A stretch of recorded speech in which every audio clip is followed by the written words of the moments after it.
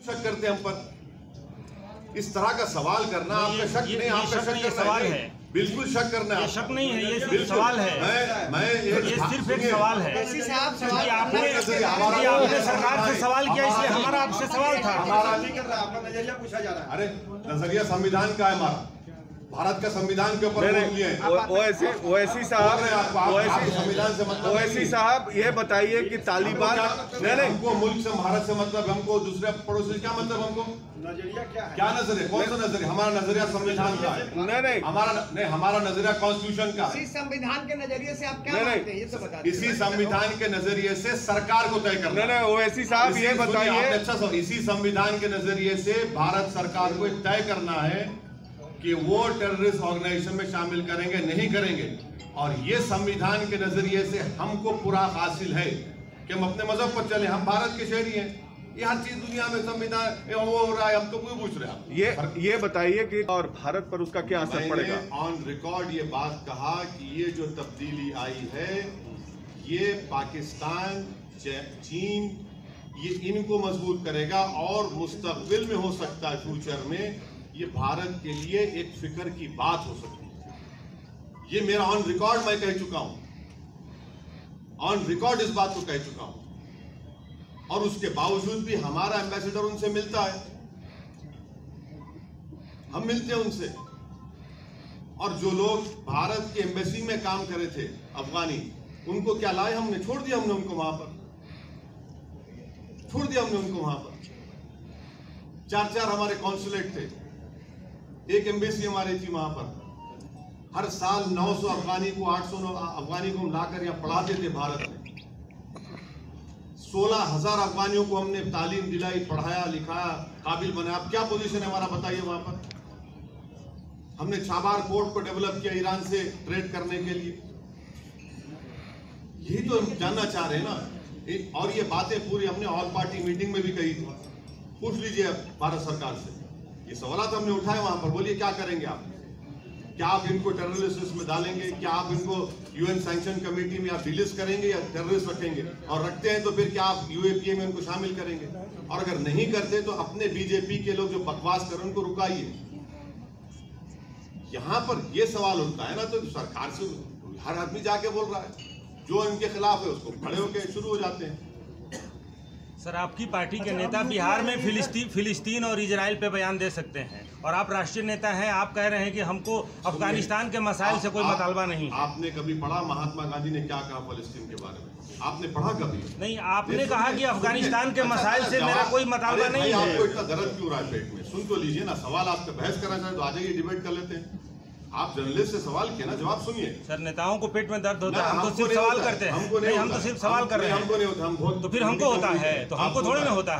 हम सिर्फ सवाल कर रहे हैं। सवाल करिए, जवाब भी। नेताओं का काम है दर्द नेताओं का काम जवाब देना, और आपका काम सुनना है पत्रकारों को, बहस से करना नहीं है। बताइए, यूनाइटेड नेशन के रेजोल्यूशन है फलस्तीन के ऊपर कि इजराइल काबिज है वहां पर? है नहीं है। यूनाइटेड नेशन के भारत हमेशा से फलस्तीन को तय। मोदी की सरकार में दम है तो वो तालिबान को टेररिस्ट घोषित करे, अनलॉफुल एक्टिविटीज प्रिवेंशन एक्ट में उनको शामिल करे, और ये साफ देश को बता दे नरेंद्र मोदी की सरकार के भारत यूनाइटेड नेशन की सैंक्शन कमेटी का चेयरमैन है। और भारत ये तमाम तालिबान के 100 लीडर्स को डिलिस्ट नहीं करेगा, नहीं करेगा डिलिस्ट। उनको एश्योरेंस दे मुल्क को। और आपने वाजपेयी जी की सरकार, मनमोहन सिंह की सरकार, नरेंद्र मोदी की घोषणा मत भारत के 35,000 करोड़ रुपए खर्चा किए गए अफगानिस्तान में। फिर ये कैसे आ गया? ये कौन जिम्मेदार है इसका? आप बताइए ना इन चीजों को। सर, आप कह रहे हैं कि अगर प्रधानमंत्री मोदी में दम हो तो वो तालिबान को घोषित करें, तालिबान को टेररिस्ट। सुनिए, असदुद्दीन ओवैसी, सुनिए, आपको तकलीफ हो रही है, सुनिए। तालिबान को वो टेररिस्ट घोषित करेंगे। आप हमसे सवाल कर रहे हैं ना, आप घोषित करिए ना, यूएपीए में लाइए। यूनाइटेड नेशन की सैंक्शन कमेटी में तमाम के तमाम लोग टेररिस्ट को डिक्लेयर कर दिया गया है। वो हक्कानी नेटवर्क कौन है? जिसने भारत के डिप्लोमेट को मार दिया था अफगानिस्तान में, काबुल में, वो उनका अभी मिनिस्टर बना हुआ है। तो आपको कौन रोक रहा है? आप सत्ता में है ना, तो हमारा मुतालबा सरकार से, आपको गवर्नमेंट में आप करिए ना, क्यों नहीं करते आप तालिबान को क्या मानते हैं? क्या मानते हैं? क्यों आप ये सवाल हमसे क्यों कर रहे हैं? क्या मानते हैं? हमको क्या करना है तालिबान से? आपने मांग किया है ना, तो आप तालिबान को क्या मानते हैं? हम आप आतंकवादी मानते हैं? सरकार से हम पूछ रहे हैं, हमारी सरकार से हम पूछ रहे हैं कि आप उनको, यूनाइटेड नेशन ने उनको तो आतंकवादी कह दिया, उनके लीडर्स को जी, आपने अब तक उनको यूएपीए में लिस्ट में क्यों नहीं डाला फिर? और ये इनके जो ये रिकॉर्डिंग कंपनी के जूक बॉक्स हैं, बकवास करते रहते हैं, बकवास। अरे तुम्हारी सरकार को बोलो ना जाके। सर लेकिन तालिबान को आप क्या मानते हैं? अपना स्टेटमेंट आपसे सवाल है ना, आप तालिबान को क्या मानते हैं? आप सरकार से सवाल कर रहे हैं, हम तो आपके प्रेस कॉन्फ्रेंस, हम आपसे सवाल कर रहे हैं। आपने हमसे पूछा कि किसी बीजेपी के नेता ने तालिबान के बारे में हमसे ये कहा है हमारे बारे में। अरे भाई, क्या हर मुसलमान इनको तालिबान नजर आता है क्या? आपकी तालिबान को क्या मानते हैं? तालिबान को हम शुरू से कह रहे हैं, 2013 से मैंने पार्लियामेंट में स्पीच कहा, 2015 में कहा, 2016 में कहा, और 2000 जब ये CAA का बिल पास हुआ था, मैंने कहा ये बहुत बड़ी स्ट्रेटेजिक गलती कर रहे हैं आप। तालिबान आएगा, आप इसको CAA के कानून को आप रिलीजियस न्यूट्रल बनाइए, और बनाने क्या स्पीच सुनिए जाके पार्लियामेंट में हमारी। हमने कहा कि कल आपको ताजिक को, हजारा को, उज़्बेक को, तुर्कमेन को आप भारत में सिटीजनशिप दे पाएंगे? अफगानिस्तान में आ रहे हैं वो लोग। आपने अपना स्ट्रेटेजिक बहुत बड़ा ब्लंडर कर दिया वहां पर। ये आपने क्या? अरे ये देखिए, तालिबान से असदुद्दीन ओवैसी को क्या करना है? क्या करना है हमको? आप ये आपके दिमाग एक के बाद एक करके हम बैठे हैं ना, सवाल एक ही है, सबका सवाल एक ही है। असदुद्दीन ओवैसी साहब या आपकी पार्टी तालिबान को मान्यता देती है, या फिर आप तालिबान को क्या मानते हैं? तालिबान को हम शुरू से कह रहे हैं, 2013 से मैंने पार्लियामेंट में स्पीच कहा, 2015 में कहा, 2016 में कहा, 2000 जब ये CAA का बिल पास हुआ था, मैंने कहा ये बहुत बड़ी स्ट्रेटेजिक गलती कर रहे हैं आप। तालिबान आएगा, आप इसको CAA के कानून को आप रिलीजियस न्यूट्रल बनाइए, और बनाने क्या स्पीच सुनिए जाके पार्लियामेंट में हमारी। हमने कहा कि कल आपको ताजिक को, हजारा को, उज़्बेक को, तुर्कमेन को आप भारत में सिटीजनशिप दे पाएंगे? अफगानिस्तान में आ रहे हैं वो लोग। आपने अपना स्ट्रेटेजिक बहुत बड़ा ब्लंडर कर दिया वहां पर। ये आपने क्या? अरे ये देखिए, तालिबान से असदुद्दीन ओवैसी को क्या करना है? क्या करना है हमको? आपके दिमाग में बात आती भी क्यों है? आप क्यों शक करते हैं हम पर? इस तरह का सवाल करना आपका शक नहीं, आपका शक करना है नहीं, बिल्कुल शक करना है आपका। नजरिया पूछा जा रहा है वैसे साहब, मैं सुनिए, आपका नजरिया पूछा जा रहा है। कोई नजरिया हमारा नजरिया कर रहा है आपसे, हमारा आप भारतीय, इस पे कोई शक नहीं कर रहा है, आपका नजरिया पूछा जा रहा है। अरे नजरिया संविधान का है हमारा, भारत का संविधान के ऊपर वोट लिए हैं। आप अपना पक्ष बोल रहे हैं, आप संविधान से मतलब है नहीं साहब ये बताइए कि हमको क्या कर रहे हैं? हमको मुल्क से, भारत से मतलब, हमको दूसरे पड़ोसी से क्या मतलब? हमको नजरिया क्या है? क्या नजरिया? कौन सा नजरिया? हमारा नजरिया संविधान का है। हमारा नजरिया कॉन्स्टिट्यूशन का है। संविधान के नजरिए से आप क्या मानते हैं, ये तो बता दीजिए। इसी संविधान के नजरिए से सरकार को तय करना है। ओवैसी साहब ये बताइए, इसी संविधान के नजरिए से भारत सरकार को तय करना है कि वो टेररिस्ट ऑर्गेनाइजेशन में शामिल करेंगे नहीं करेंगे। और ये संविधान के नजरिए से हमको पूरा हासिल है कि हम अपने मजहब पर चले, हम भारत के शहरी हैं। ये हर चीज दुनिया में संविधान वो हो रहा है, अब तो कोई पूछ रहा है। ये बताइए कि तालिबान के टेक ओवर से अफगानिस्तान में पाकिस्तान कमजोर होगा या मजबूत होगा, और भारत पर उसका क्या असर मैंने पड़ेगा? ऑन रिकॉर्ड ये बात कहा कि ये जो तब्दीली आई है, ये पाकिस्तान, चीन, ये इनको मजबूत करेगा, और मुस्तकबिल में हो सकता है, फ्यूचर में ये भारत के लिए एक फिक्र की बात हो सकती है। ये मेरा ऑन रिकॉर्ड मैं कह चुका हूं, ऑन रिकॉर्ड इस बात को कह चुका हूं। और उसके बावजूद भी हमारा एम्बेसडर उनसे मिलता है, हम मिलते हैं उनसे। और जो लोग भारत के एम्बेसी में काम कर रहे थे, अफगानी, उनको क्या लाए हमने, छोड़ दिया हमने उनको वहां पर। कहा कि 100 सीटों पर हम लोग तैयारी कर लेंगे। मुख्तार साहब को भी टिकट देंगे, टिकट मिलेगा उनको?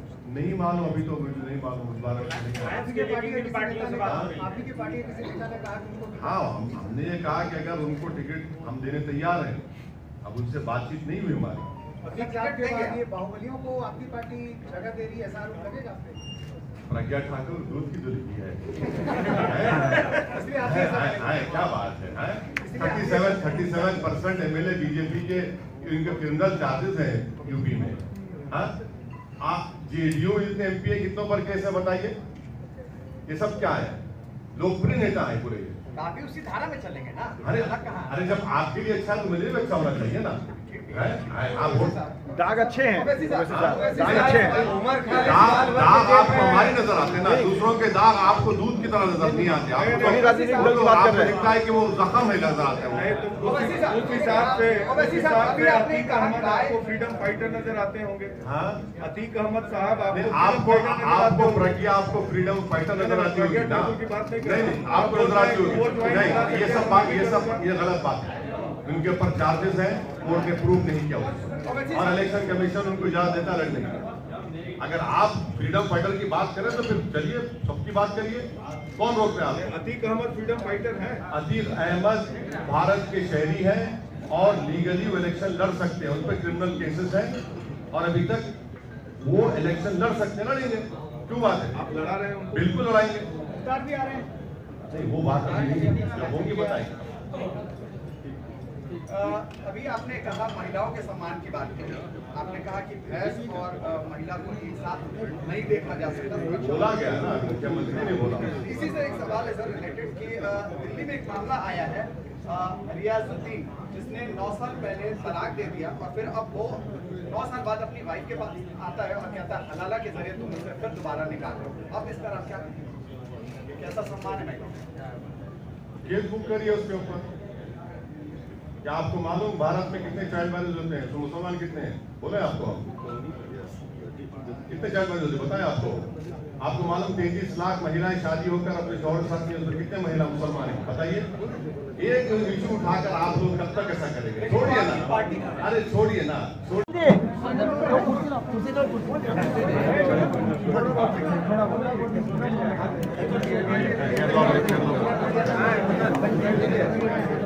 चेयर लेके आओ। नहीं करेंगे रिकॉर्ड करवा देंगे। रिकॉर्ड हो गया। This is so good. Madam बैठिए ना। दिस इज सो आ जाएगा।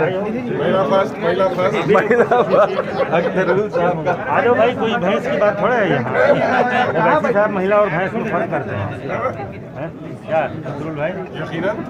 शुक्रिया, मैं निधि हूँ ABP से। ठीक है, नहीं बोलते तो भी अच्छा देते इंट्रोडक्शन जरूरी है। अब लाके बहुत आ गए। लाइए वो लस्सी भी लाइए।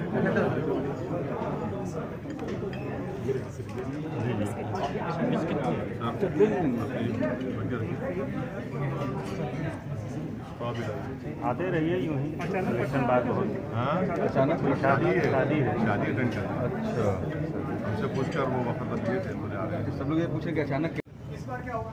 हाँ? इस बार क्या होगा? मैं तो ज्योतिषी नहीं हूँ ना, मैं पैथोलॉजिस्ट हूँ।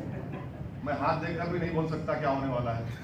मुझे क्या मालूम क्या होगा? जो भी होगा अच्छा होगा इंशाल्लाह। आपने कहा आम आदमी पार्टी की तिरंगा यात्रा को आप कैसा मानते हैं? आम आदमी पार्टी की तिरंगा यात्रा को आप कैसा मानते हैं? अरे वो उनका प्रोग्राम, मेरे को क्या करना है उससे? उसका प्रोग्राम है। दिल्ली में पूरा पानी घुसा हुआ है।